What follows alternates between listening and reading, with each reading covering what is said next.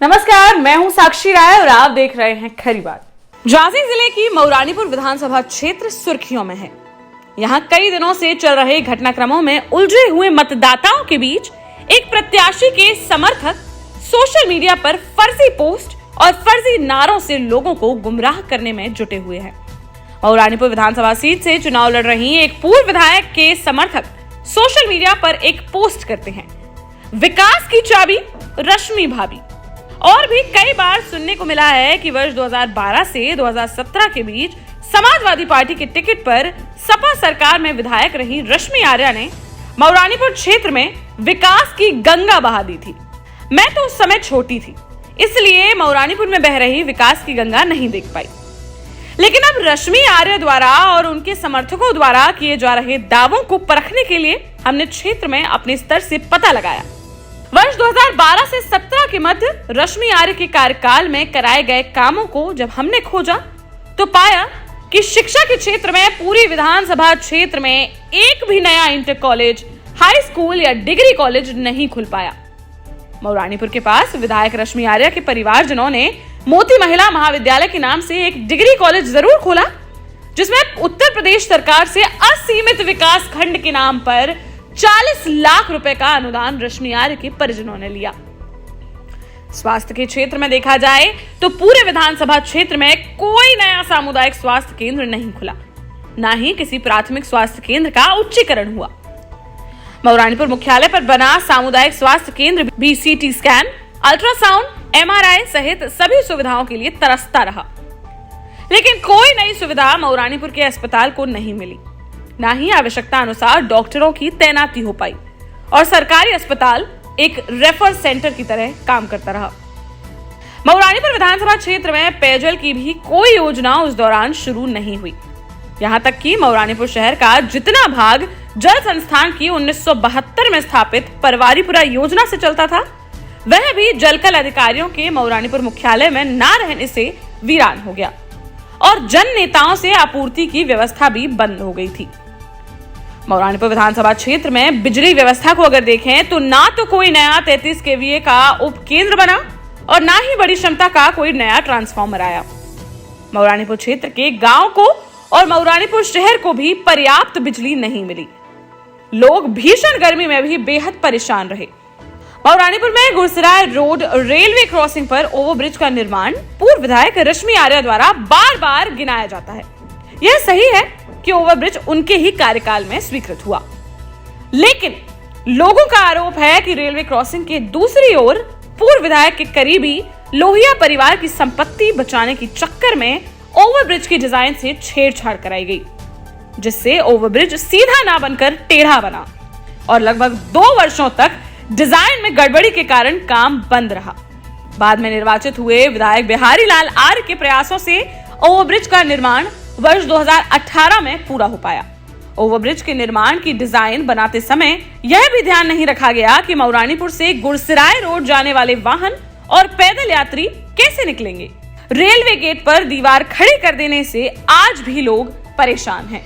उस कार्यकाल में मऊरानीपुर से एरच पूंछ तक सड़क जरूर बनाई गई, लेकिन उस सड़क का बड़ा भाग गरौठा क्षेत्र में होने के कारण वहां के विधायक दीप नारायण सिंह यादव उस सड़क को स्वीकृत कराने और बनवाने का श्रेय स्वयं अपना बताते हैं। तो जो मुख्य कार्य होते हैं उनमें बिजली, पानी, शिक्षा, स्वास्थ्य के क्षेत्र में कोई बड़ा काम उस कार्यकाल में हुआ हो, इसकी जानकारी तो हमें नहीं मिली। रेलवे ओवरब्रिज की और मोती महिला महाविद्यालय में सरकारी अनुदान की जो कहानी हमें पता चली, वह हमने आपको बताई है। इसके अलावा मऊरानीपुर में कोई नई योजना इन विधायक महोदया के कार्यकाल में आई हो तो आप भी कमेंट में हमें जरूर बताएं। मऊरानीपुर में सुखनई नदी के दोनों किनारों पर सड़कें और घाट बनाए जाने की जानकारी हमें लगी है, लेकिन यह भी बताया गया है कि नगर पालिका परिषद द्वारा उक्त कार्य कराया गया है। यह कार्य देखने में जरूर अच्छा लगता है, लेकिन गलत डिजाइन और शहर से आने वाले नाले और नालियों का पानी अलग से नहीं निकाले जाने के कारण पूरी गंदगी सुखनई नदी में डाल दी गई है, जिससे सुखनई नदी का पुराना स्वरूप ही नष्ट हो गया है, जिसको ठीक करने के लिए लगातार कई वर्षों से समाज सेवी आंदोलन कर रहे हैं। सुखनई नदी के किनारे बनवाई गई सड़क और घाटों के पीछे की कुछ और कहानी भी नगरवासी बताते हैं। उनका कहना है कि घाट और रास्ता बनाने के पहले नदी के किनारे ही ऊबड़-खाबड़ जमीनें पूर्व विधायक के परिजनों और करीबियों को खरीदवाई गई। इसके बाद वहां से चौड़े रास्ते बना दिए गए, जिससे हजारों लाखों रुपए में खरीदी गई जमीनें सड़क और घाट बनते ही करोड़ों की हो गई, जिन पर अब कॉलोनियां भी विकसित की जा रही हैं। इस प्रकार इस कार्य में भी जनता का कम और खुद का भला ज्यादा किया गया। जब बात किसी एक विधायक के कार्यकाल की चले और उन्हें विकास की चाबी रश्मि भाभी कहा जाए, तो मन में विचार आता है कि उस कार्यकाल के विकास कार्यों की तुलना किसी अन्य विधायक से भी की जाए, तब तो पता लगे कि सोशल मीडिया पर किए जाने वाले विकास के दावे कितने सच्चे होते हैं और कितने झूठे।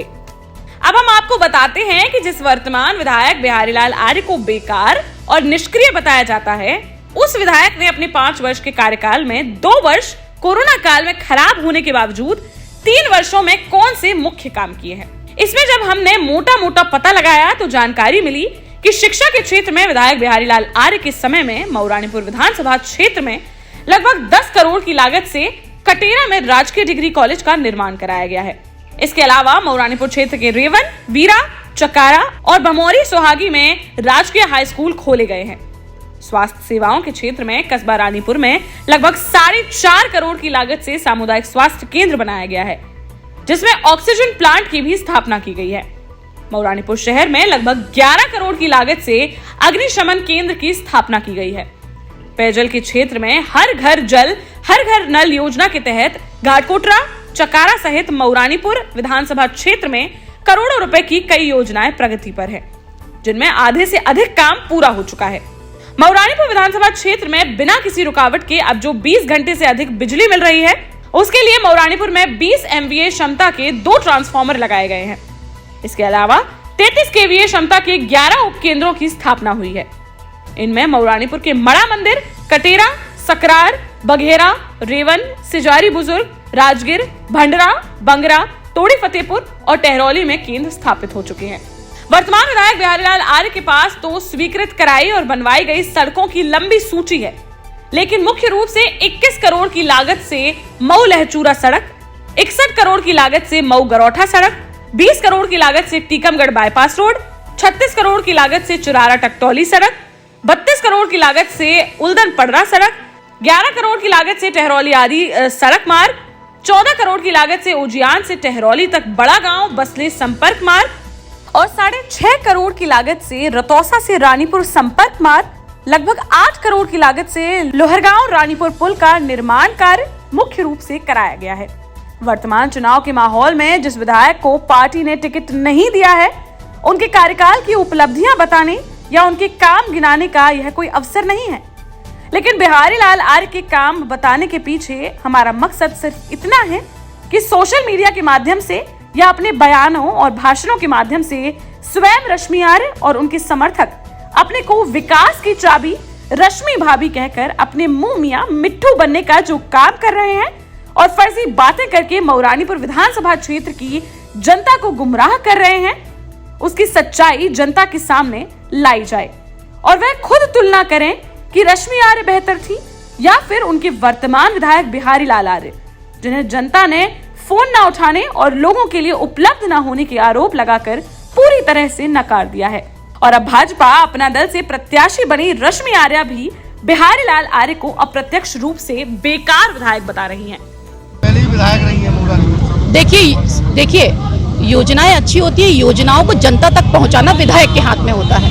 यदि विधायक ही अगर बेकार है और जनता तक नहीं पहुंचा पा रहा है तो उसकी गलती है। हमने जब हम वहां थे तब भी हमने अच्छे से कार्य कराया है और आज हम यहाँ हैं तब भी अच्छे से ही विकास होगा, क्योंकि सन 2017 से विकास अभी नहीं हुआ है। अब हम यह नहीं कह रहे हैं कि बिहारी लाल आर्य अच्छे विधायक हैं या नहीं, पर हमारा कहना महज इतना है कि जब यह सब काम बिहारी लाल आर्य द्वारा कराए जाने के बावजूद यह काम मऊरानीपुर की जनता के लिए पर्याप्त नहीं है, तो रश्मि आर्य के कार्यकाल के इतने से कामों को कैसे विकास की गंगा बोला जा रहा है। यहाँ देखें तो ऐसा लगता है कि धरातल पर कम और सोशल मीडिया पर फर्जी प्रचार प्रसार से ज्यादा लाभ होता है। हो सकता है खरी बात न्यूज को बिकाऊ चैनल कहने वाली और खरी बात न्यूज पर टीआरपी हासिल करने के लिए उनके नाम पर खबरें चलाने का आरोप लगाने वाली पूर्व विधायक और वर्तमान प्रत्याशी रश्मि आर्य विकास कार्यों की तुलना को भी झूठ बताएं। तो मैं चाहूंगी कि रश्मि आर्य जी अपने कार्यकाल में कराए गए कार्यों को जनता के सामने लाएं, जिससे जनता भी उनके कार्यकाल और वर्तमान विधायक के कार्यकाल की उपलब्धियों की तुलना कर सके। फिलहाल के लिए इस खबर में बस इतना ही। आप चैनल को सब्सक्राइब करना, बेल आइकॉन को दबाना, इसके साथ ही हमें फेसबुक पर, इंस्टाग्राम पर, ट्विटर पर और पब्लिक ऐप पर फॉलो करना बिल्कुल ना भूलें, ताकि हम उठा सकें आपकी आवाज और पहुंचा सकें आप तक हर बड़ी खबर। देखते रहिए खरी बात साक्षी राय के साथ। नमस्कार।